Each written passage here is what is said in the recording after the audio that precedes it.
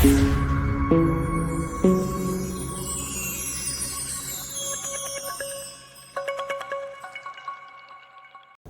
And welcome दोस्तों, मैं हूं आपकी दोस्त वंदना और आप देखना शुरू कर चुके हैं आपका अपना चैनल लीगल चॉइस। दोस्तों, मोदी जी देश में दो ही स्थिति में घूमते हैं, या तो कहीं इलेक्शन हो या फिर किसी चीज का उद्घाटन हो। अब इलेक्शन तो है नहीं और ना ही किसी चीज का उद्घाटन करना है, तो मोदी जी हो रहे थे बोर तो निकल लिए विदेश भ्रमण पे। पहले इटली गए, उसके बाद रशिया गए और उसके बाद ऑस्ट्रिया। वाह मोदी जी, वाह वाह वाह। मणिपुर जल रहा है, हजारों की जान जा चुकी है, 60,000 से ज्यादा लोग घर से बेघर हो चुके हैं, लेकिन वहाँ नहीं गए तो विदेश। लगता है जसोदा बहन की तरह वो मणिपुर को भी भूल चुके हैं। चीटिंग करता है तू, चीटिंग करता है तू। रूस में मोदी जी ने कहा कि 2014 से पहले देश अंधकार में डूबा हुआ था। 2014 के पहले हम निराशा की गर्त में डूब चुके थे। हताशा, निराशा ने हमको जकड़ लिया था।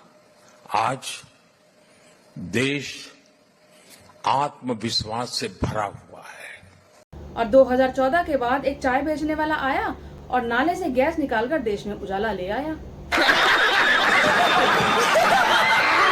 बर्तन को उल्टा करके उसमें छेद करके एक पाइप डाल दी और जो गटर से गैस निकलता था वो पाइपलाइन से उसके अपने चाय के ठेले में ले लिया और वो चाय बनाने के लिए उसी गैस का उपयोग कर करके चाय बनाता था। दोस्तों, एक कहावत है, झूठ एक दलदल है और इस दलदल में जितना जाओगे उतना धंसते चले जाओगे। भारत में हर साल एक नया IIT और एक नया IIM बन रहा है। दरअसल मानसून सत्र के दौरान राज्यसभा में शिक्षा मंत्रालय के राज्य मंत्री डॉक्टर सुभाष सरकार ने बताया है कि पिछले 5 साल के दौरान देश में कोई भी नया IIT या नया IIM नहीं खोला। बेहतर स्वास्थ्य सुविधाओं के लिए देवघर से लेकर के बिहार में दरभंगा तक नए नए एम्स खोले गए हैं। दोस्तों, अभी हम दरभंगा में हैं, जहां पर मोदी जी कल बोले हैं कि दरभंगा में एम्स खुल गया हुआ है। तो हमारे पीछे देखिए, यही दरभंगा का एम्स है और वो सामने बिल्डिंग दिख रहा है ना, उसमें इलाज होता है। 750 बेड का हॉस्पिटल है, वो ऊपर का वो बिल्डिंग जो दिख रहा है। यहाँ तक कि पहले गेहूं, चावल, दही, लच्छी, छाछ, इस पर भी टैक्स लगता था। आज ये सब GST के बाद टैक्स फ्री हो गए। दही, लस्सी, पनीर और शहद पर चुकानी होगी 5% GST। अस्पताल से लेकर होटल तक महंगे हो गए हैं। अनाज, मांस और मछली खरीदने पर 5% GST देना होगा।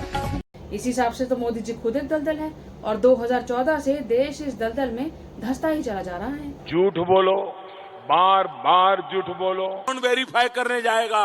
कौन कहता है वो काला है झूठ का, सच है ये सच बोल वाला है झूठ का। समझ रहे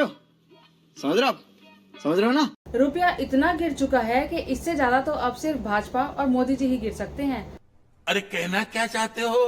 जो पार्टी किसी रेपिस्ट को टिकट दे और प्रधानमंत्री उसके लिए वोट मांगे, इससे ज्यादा भला कौन ही गिर सकता है। NDA के श्री प्रज्वलन रेवन्ना और मंड्या से मेरे मित्र HD कुमार स्वामी आने वाली 26 अप्रैल को इनके लिए आपका हर वोट मोदी को मजबूती देगा।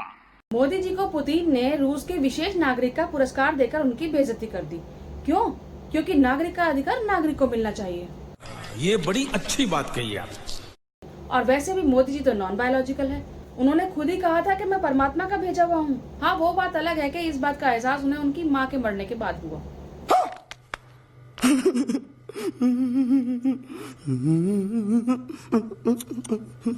भाजपा और उनके समर्थकों का कहना था कि चुनाव के बाद राहुल गांधी अपनी नानी के यहाँ इटली चले जाएंगे। राहुल गांधी तो गए नहीं और मोदी जी होकर भी आ गए।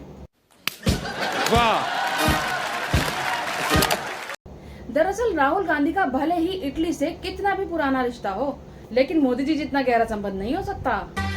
दुनिया में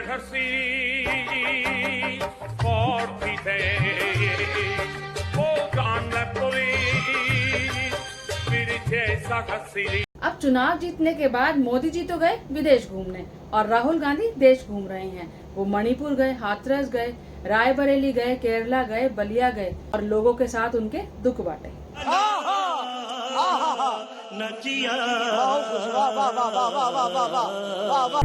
witness them burning our house.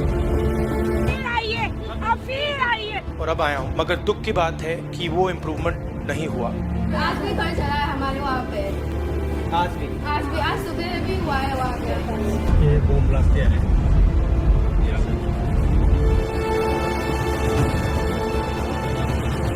I would like to request you, sir, please help my people.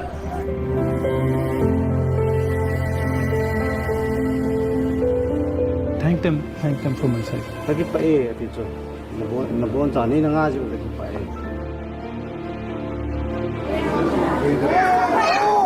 Oh. Thank you, Tito. Okay.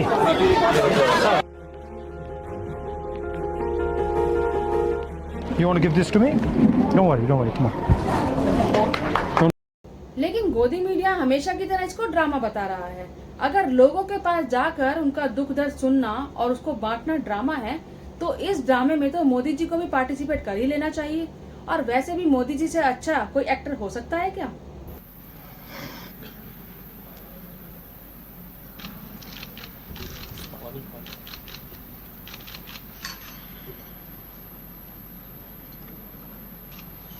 ये वीडियो आपको कैसी लगी मुझे कमेंट बॉक्स में बताइएगा, और अगर वीडियो पसंद आए तो इसे लाइक कीजिएगा और शेयर कीजिएगा, और ऐसी और वीडियोस के लिए मेरे चैनल को सब्सक्राइब कीजिएगा। नमस्कार।